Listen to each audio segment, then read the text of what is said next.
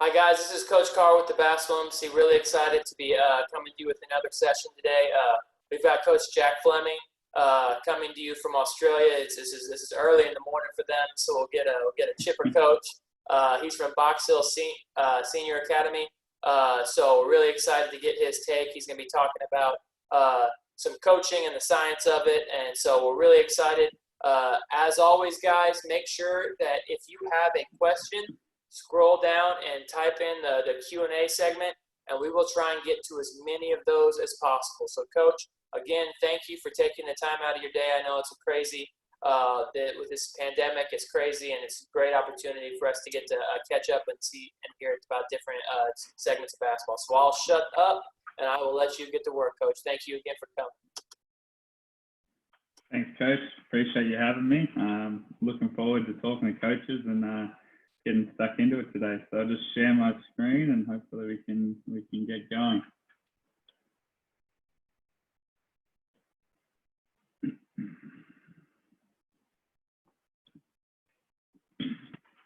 So my topic for today is how to bring the science of coaching to life.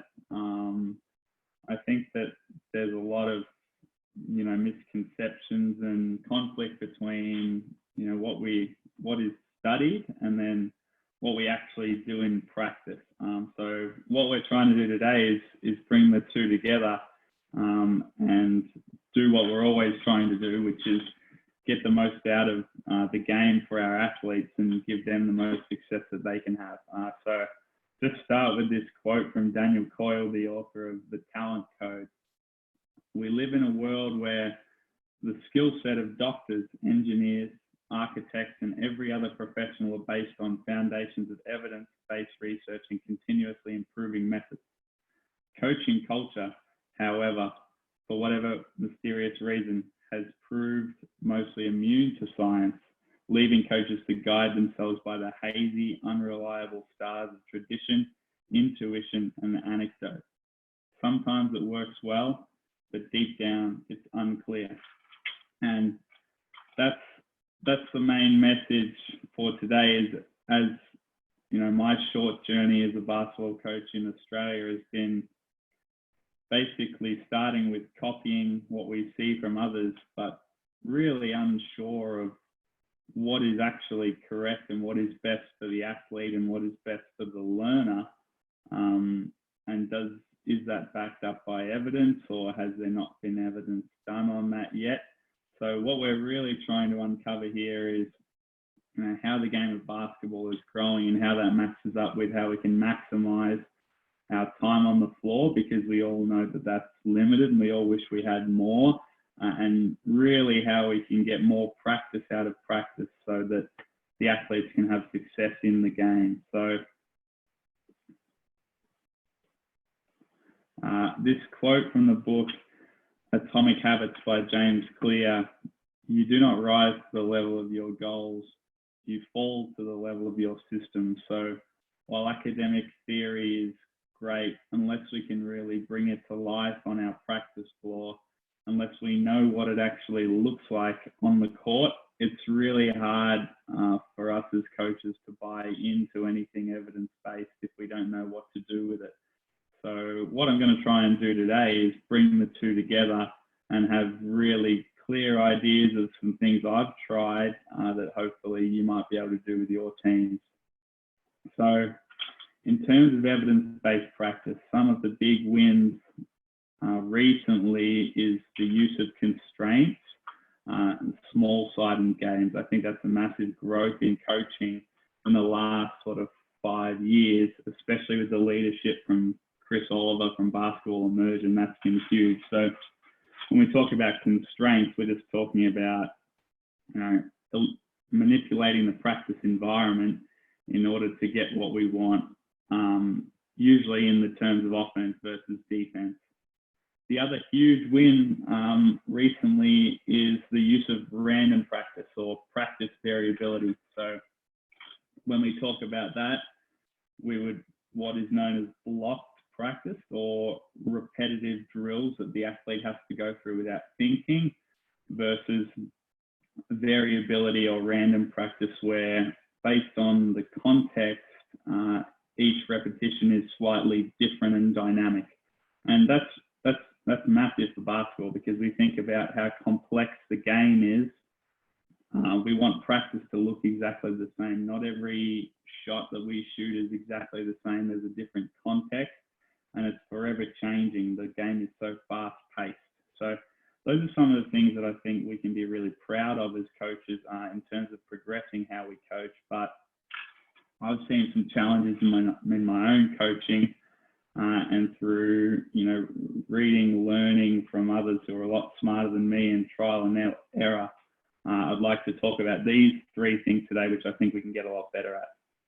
The first one is practice design. So, no one's ever told me what a great practice really looks like with regards to the learner. I've just copied from others and gone and watched practices.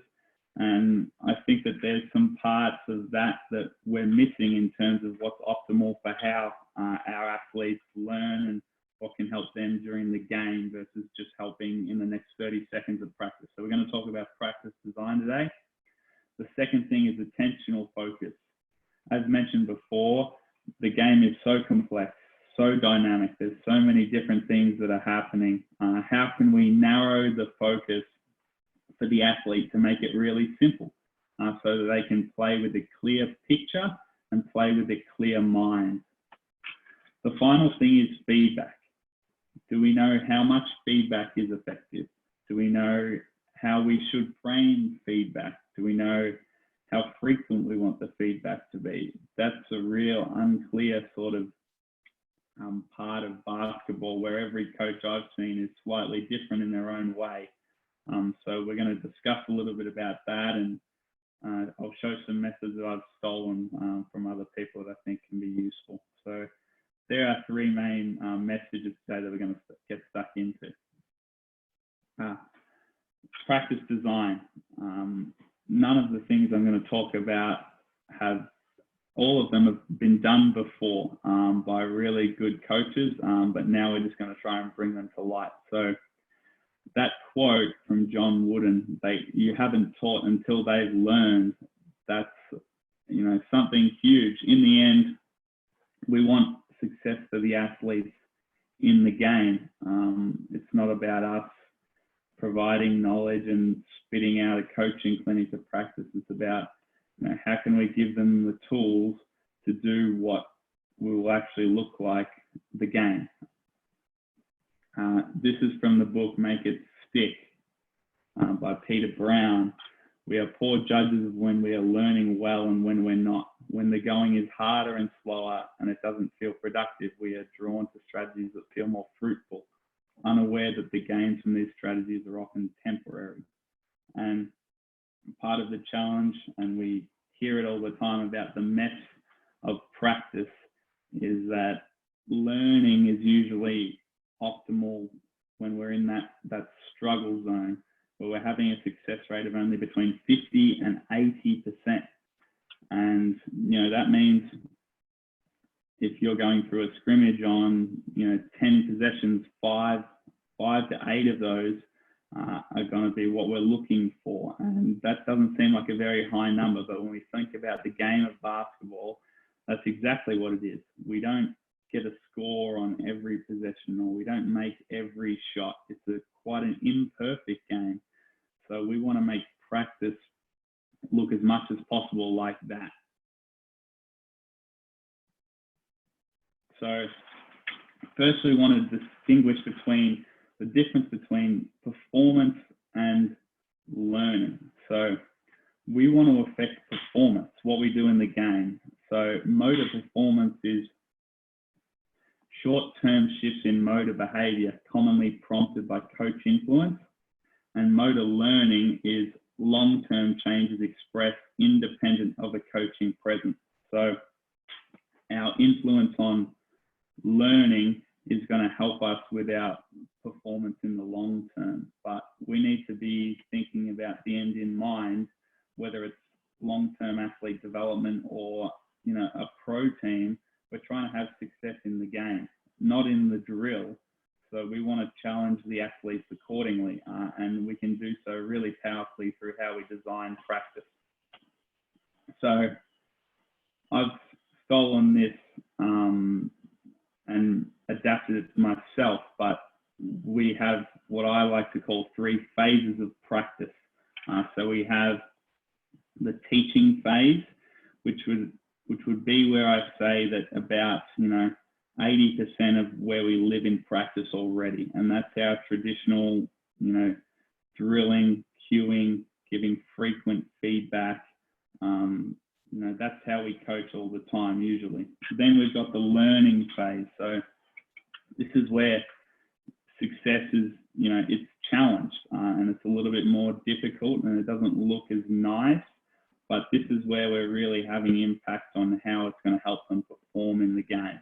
And then the final part, which I believe is a big hole in coaching and something that we can get a lot better at, including myself, is recall. And we know from a lot of research the power of quizzing and the power of tests, but how much do we do that in our practice?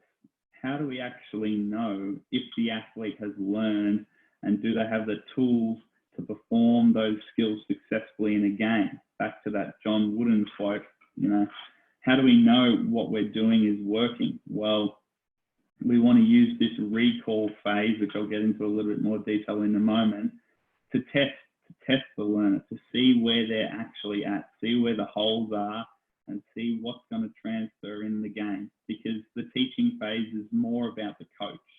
It's about the coach drilling the message in, and realistically in the game, as a coach, you're on one side of the floor with very minimal impact. You have timeouts and you have dead balls and you can talk to players, but in the end, it's up to them. So we want to give them the tools to be able to handle that by challenging them as much as possible in practice.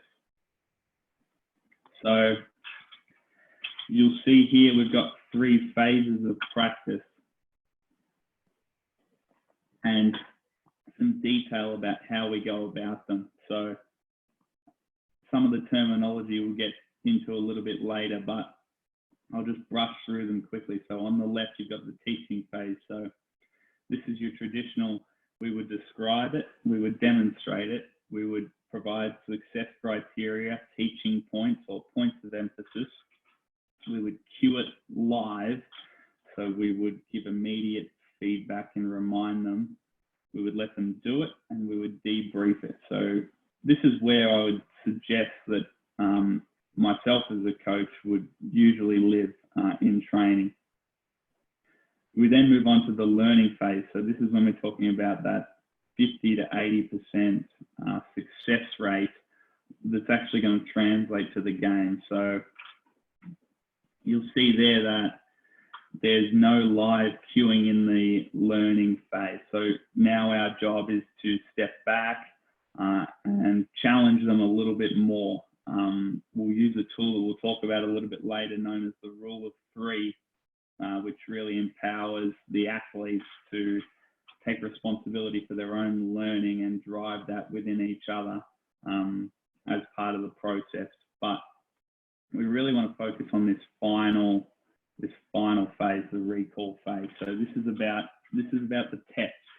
So we don't want to cue success criteria. We don't know what we're going to come up against in a game. All we want to do is put them under as much pressure as possible in the area of the game that we're testing, step back, observe, and let them figure it out. And this would be where we've gone through those steps before in previous practices, and now you're putting under them as much pressure as possible to play the best opposition and really find out if they're ready to do what they've been taught.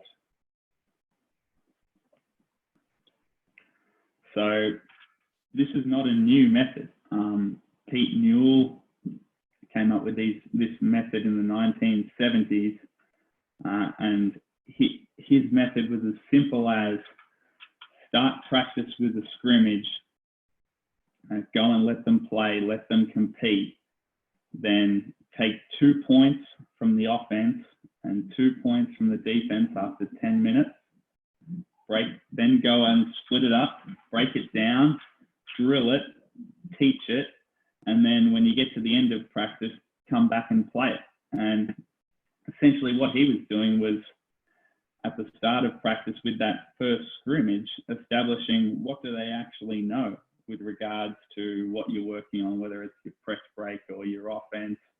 How much do they actually know? What do we need to brush up on and teach? And then can we test it again in the future to see if when we go and play the best team in our league, we're ready to perform it. So apologies for the mass amounts of text, but this would be an example of how to use recall in your practice. So let's just say in the last couple of weeks, you've been working on how we handle full court pressure. Oh, looks like I've missed the L on problem there. But anyway, let's say that you've been working on how we handle full court pressure. So this is in the past few weeks, you've been breaking it down, teaching it, you're in that learning, teaching phase. Now you need to test it. So you walk into practice, you split your team into 2 teams of 5, and you ask that the defense is going to be in a full court 1-2-1-1 press. You're going to play 3 possessions, and all your job is to do is just to step back and observe. So they'll play it, score it, and what you're watching for is how are we dealing with the press? Are we getting the ball to the middle of the floor? Are we getting our eyes down against pressure? But you're not trying to help them here. You're trying to make them ready for the game by stepping back, and you'll referee or make sure that the defense gets set to facilitate the learning environment, but you're trying to make it hard. So you have to take away your coaching hat and step back and be comfortable with that. The second part of that journey is now where you would transition back into the teaching phase if you feel that there were holes in the learning. So you've recognized some struggle, whether it's, creating triangles against the press, shortening the pass, getting to 3 spots on the floor, whatever they've done before that they're struggling with. Now you're going to break it down, teach it, cue it, give as much feedback as you want, and help them get clear on what they don't understand and make that a dialogue as you go.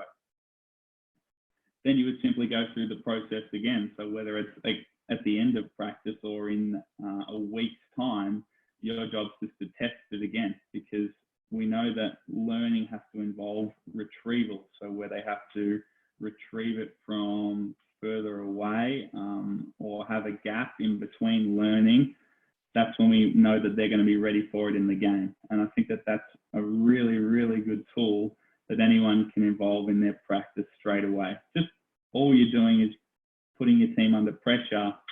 What you want to do is make sure they're comfortable understanding what you're doing. We're trying to help you in the game here, and we have to let you figure some things out, or we have to test you as much as possible so that when we go and play that great team, you're going to be ready, because they're not going to be comfortable with it either. There's going to be some struggle, but I think it's a really worthwhile tool in connecting back to John Wooden. How will you know when they've learned? Well, this can really help you with that. I'll move forward from phases of practice to attentional focus. And attention is the currency of learning. We only have so much of it, yet I know as the coach, sometimes this is what my coaching looked like, because I had so much knowledge that I wanted to share with the athletes, and sometimes it looked a little bit like this.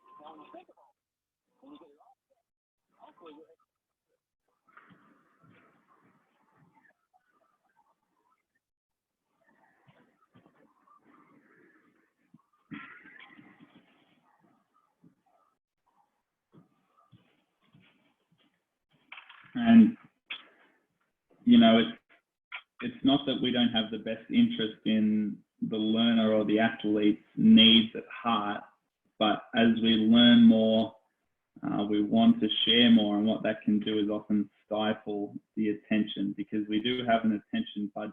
You know, we know that we can only focus on so many things at one time, and the more complex we make that for the athlete, the harder the game can become.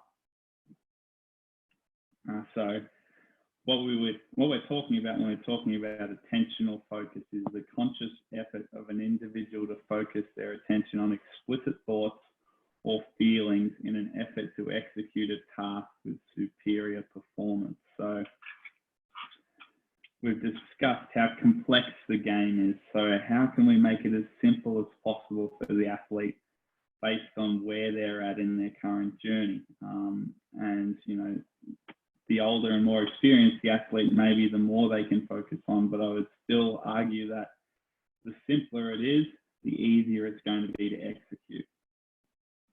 If our athletes don't focus on something, ideally the right thing, they can become distracted by anything, especially as the number of choices increase. So when we're talking about that, we want to talk about, you know, narrowing the focus in every phase of practice to critical elements based on what we've struggled at. So I've got this picture here of the bullseye. What are the big things? What are the big rocks that are going to make the most impact in each phase of practice? And sometimes it might only be one or two things, but if we can do them really well, we can create the greatest amount of impact. And then if we're ready for more, we're ready for more. But we don't want to overload the athlete and make it harder and stifle them with complexity. We want to make it really, really simple. Again, it's all been done before. This is not new information. The only thing that's most important is what you think is most important. The famous Princeton coach, Pete Carrill. What we might add now is the only thing that's most important is what we think is most important, including the athletes and the coach and what success might look like for that phase of practice or that game or that meeting. It doesn't always come down to the coach. I think that the era of telling everybody what to do all the time is probably over, and we're on this journey together, and the more we can involve the athletes in that, the more we can help with their motivation. And we all know how critical that is in learning. So this UAE method of success criteria is from Mark Bennett from the UK, who's actually doing a presentation in a couple of days. So I'm sure he'll give some more information on that. But it would be as simple as, in any drill, having a dialogue with the athletes about the following three things. What would unacceptable look like in this moment? So you're in a defensive transition segment of practice. What would unacceptable look like? Well, jogging down the floor and not protecting the basket might be something that you and your athletes have a discussion about. What would acceptable look like? Well, everybody's sprinting back, we're picking up the ball and we're slowing them down in the first 8 seconds. And then, if possible, what would exceptional be that we can stretch for? And that doesn't always exist, but painting this criteria with your athletes and then bringing it to life, what does it actually look like in the moment, can make that success criteria really, really clear. So I think this is a worthwhile discussion having, and it might seem long-winded and you're not going to do it every single time in that order, but the discussion's worthwhile because you're going to get so much more out of your drilling and your practice phases when you do set clear success criteria before you get stuck into it. Your language, how we deliver information, is really, really important. I just wanted you to imagine this. Imagine you're the student and you don't know anything and you're being taught the vertical jump. So I'm the coach. I want to know which cue resonates with you the most. And you can just jot it down on a piece of paper if you're watching live and writing notes. So the first one Focus on extending your knees as rapidly as possible. That's our first cue for the vertical jump. Separately, imagine that someone's come up and told you to focus on bursting towards the ceiling. And the final one, focus on exploding up to the roof like LeBron going for a chase down block. And the difference between the second two and the first one is the ability for your language to bring the game to life and make it clear for the athlete is really going to help them see what's most important to you, and they can picture it in their mind. So we're going to talk a little bit about cueing success criteria and the words that we use.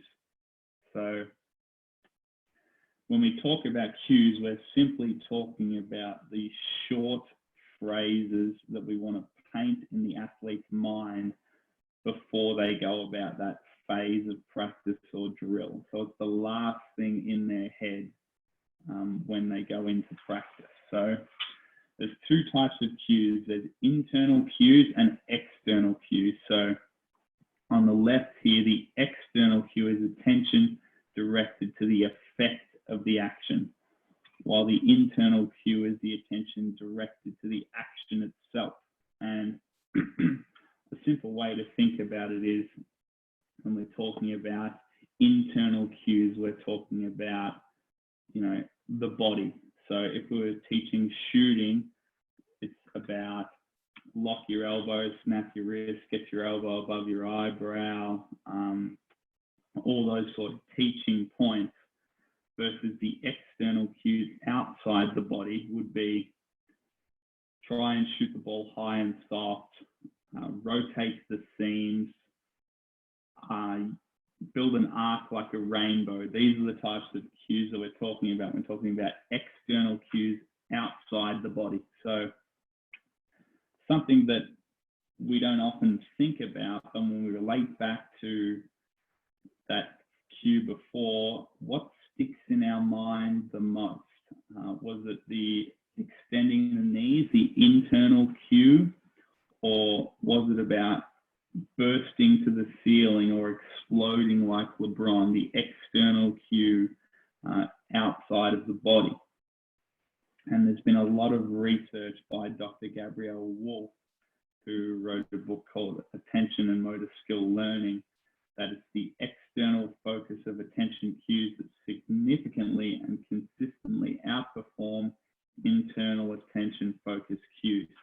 So there's been a lot of research around the value of external cues in multiple sports, and just by simply changing our words, we can have a great desire on impacting the athlete's learning simply by creating an image in their mind that's stickier and easier to remember.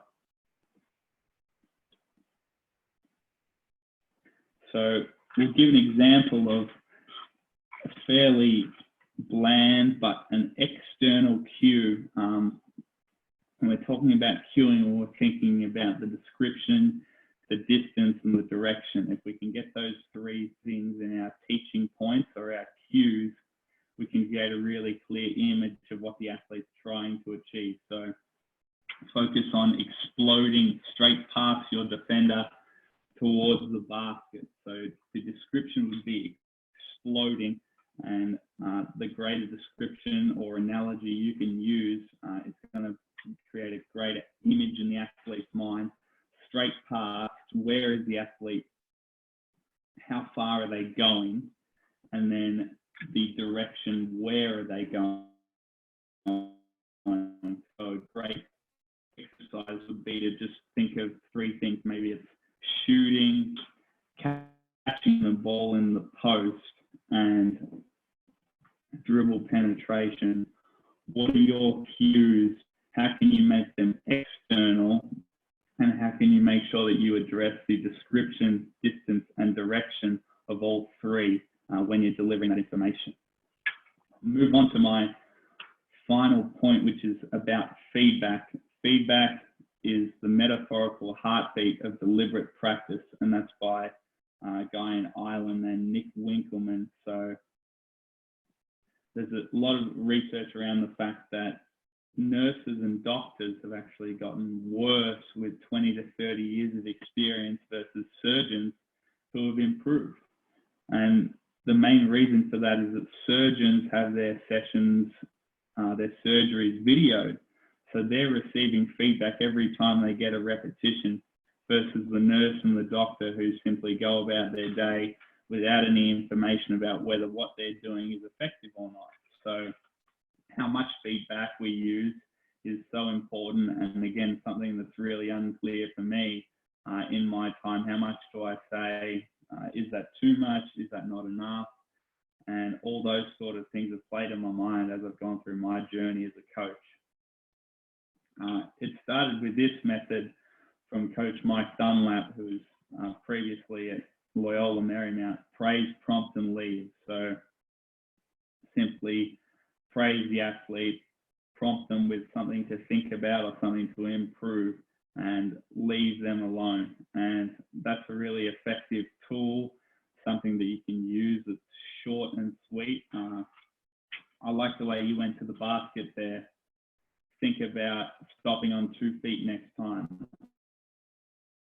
and then leaving them alone. And I've seen this as a coach where I will give the athlete a cue and then they have failure immediately and give them more feedback, or they have success and here I am pumping my fist like I'm the world's greatest coach. But my job is to leave it alone, because we're always thinking about, can we have success in the long term? And this has sort of developed into another method which I think is even more effective. On good teams, coaches hold players accountable. On great teams, players hold players accountable. But that's a great idea from our friend Joe Dumas, but how do we keep that alive? Do we have a system in place so that the athletes are giving each other effective feedback? This comes back to Mark Bennett again. What he's developed is a system called the Rule of Three. So you and the athletes would paint the success criteria for that phase of practice, but in this order, we would want the athlete to give feedback or coach themselves. Then we would want there to be an opportunity for peers to coach each other. And then if one or two has not happened, now the job of the coach is to step in and deliver effective feedback. But if we don't provide time for 1 and 2 to happen, then the athlete can't really take any responsibility for their learning, and there's no autonomy in that process. We're always, moving that PlayStation stick around and telling them what we know. So, part of the rule of one would be things like asking questions. What did you see there? Prompting their learning so that they can act differently in the next few repetitions to make an improvement. The rule of two, where peers coach each other, we really want to make sure that that's relevant to the success criteria that's been pre-agreed, and then the person receiving the feedback acknowledges the feedback, accepts the feedback, and then acts on it, because the point of feedback is so that we can make improvements. It's not that practice can be upbeat or so that it can sound energetic. It's so that we can have effective tools that are going to help us improve in the game. So we want that to be, we want that to be acknowledged and used, or else it's pointless and just doing it for the sake of it. And then the final part would be that the coach needs to step in. I think the biggest challenge for me as a coach, and I would suggest that everyone would have that if you try the rule of three, is that you have to have the patience for the rule of one and the rule of two to take place before you step in as a coach. And that's the hardest thing to do when you see something that you know you can help an athlete with, but something really worthwhile trying. As I close, that's my 3 points about practice design: attentional focus and feedback. The ultimate coaching skill is this analogy. There was 2 fish swimming in the water, 2 young fish, and they came across an older fish. And the older fish said to the younger fish, "How's the water, boys?" the young fish swam on by, and then eventually they looked at each other and said, "What the hell is water?" And I didn't really understand what that meant initially, but as a coach, sometimes we're so unaware of everything that we say, everything that we do, and how that impacts the athlete's ability to have success in the game. So really the ultimate skill is, can you be aware of your own state? Can you be aware of what you're saying, what you're delivering, or sometimes more importantly, what you're not saying? And if you can have awareness, you always have an opportunity for improvement. Research would suggest that experienced soccer coaches have been shown to be able to recall just 59.2% of the critical events occurring during a 45-minute football performance. This lack of recall accuracy will no doubt reduce the accuracy of feedback and decision making and impact player learning and development.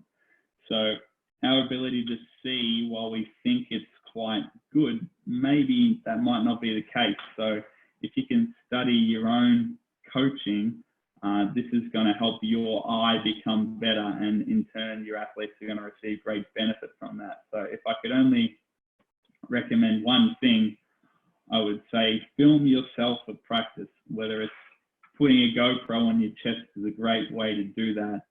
Not focusing on the athlete, which we do all the time, about how drills will run or how we ran that offense, but what did I say? What impact did it have? And did it have the desired impact that I wanted it to? And I was amazed the first time I filmed myself, some of the things I said and how much I spoke compared to the athlete. And just by raising your own awareness and focusing on you, we know that the best athlete development tool is coach development. So the better that you can get, the more it can help your athletes in the long term. So that would be my final suggestion, is just film yourself for practice and see how you go with it, see what you notice. Looping back, coaching is an art. You know, what we do can be different and everyone is individual and everyone's context changes, but it is an art based on science. There is research behind learning, and we can use that as a tool, and that's really how we're going to transform as coaches. And we know the best coaches will always mesh the two, the art based on science. Coach, that's all from me. I've just left my email, blog and Twitter up there if anyone wants to contact me, but I'm happy to open for questions if there is any. Thanks, Coach. Really appreciate it. What are some of the more practical terms? You talk about some of the science in it and trying to make sure that there's reason behind it. What are some practical examples that you've used in your own coaching to help bring some of those examples to life? Practical examples of just some of the general science. Yeah, exactly. Around it. Yeah. One of my big ones is anytime you introduce a concept with teaching tools, see if you can make your cues external. So see if you can make your cues based upon images or analogies outside the body that are relative to your learner. So I'll just give a quick example with my youngest team that I coach, my under 14 boys. With shooting, all we try and talk about is high and soft like a rainbow versus elbow locked and wrist snapped, because we want to create the image in the athlete's mind versus overloading them or technically choking them. And it's not 100% success rate, but I would say that it makes it quite simple for them as young kids still trying to enjoy the game and learn at the same time. That was going to be my follow-up to their question is how does that adjust a little bit per age? How do you adjust that to maybe your U14 compared to your U18? I would say that, the cues you use need to be relevant to the learner. So an example, an American coach came out here and was doing the 3-on-2 fast break drill, and about talking about the defender in the low hole coming out to the ball like a runner in baseball. And that's really good for American athletes, but in Australia, we have no idea what that means. So I would suggest that you can adjust it in any way, but just make sure it's relevant to the context of of who you're coaching. So, with teens, a great way, talking about things like iPhones and athletes, or, with seniors, it might be about pro players or things that they do in their daily life. But, making the cues relevant is not babying it, it's just making it easier to remember. Got you. And then what about, with you being, the science, trying to make them more of a science, are you pretty big in analytics of the basketball as well? I definitely have interest in it. The level that I'm coaching at the moment, I would suggest that the science of delivering information is more important to me right now. But I definitely think that it's where the game is going and going to translate to every level. But at this point in time, how we deliver information is the science that I'm focusing on. Got you. Thanks, Coach. And then last question off that, since you do work with youth, what are some of your, you think the most important takeaways of working with the youth player and connecting with them and connecting that knowledge that you have to understanding that they have? I would suggest, maybe back to my last point, is how can you make your teaching relate to the athlete that you coach? I think that's probably the number one thing for me. And then the other thing is, with coaching the youth player, is just the engagement of making sure that every athlete has the opportunity to always be thinking, always has the opportunity to be moving for most of the time at practice. I would hope that, with young players, it's not that players quit because they don't have success, but it's because they're bored. So the more we can make practice engaging and fun while having teaching along the way, the more we can keep them in the game at any level. That's awesome, Coach. That's great stuff. Thank you so much for coming on here. I know we had a couple things early asking for contact information. You put it up there. Do you mind throwing your contact information up here one more time before we call it? No problem. So just Twitter or email, depending on how long your question is. And then if you wanted to know more, I've got a blog that I write some articles on once or twice a week, which also might give some more information. But happy to talk hoops with anybody who's got questions or would like to challenge. Always open to that. That's great stuff, Coach. Well, thank you so much for coming on. This was really good information, stuff to think about. Really unique topic. No one's really touched on some of the stuff that you did today, so it's really cool to get to listen to that. So thank you again. You just got another question saying great session. Thank you. So it went over well. Really appreciate you, Coach, and hopefully it was a good start to your morning. Thanks, Coach. Appreciate you having me and doing great stuff for the game. So keep doing what you're doing. Appreciate it, Coach. Have a great rest of your day. You too.